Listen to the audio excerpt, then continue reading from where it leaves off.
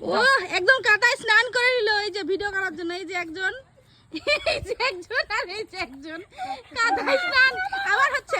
বাহ বাহ বাহ, ই মা চুলগুলো ই মা,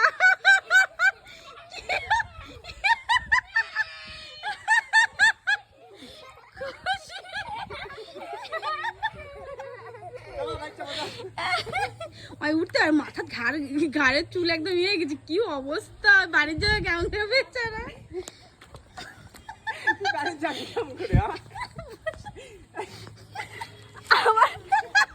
আমার দেহে ওজন বাড়ে গেছে। আমি তাহলে এইভাবে ওজন বাড়াতে হবে, বুঝলাম?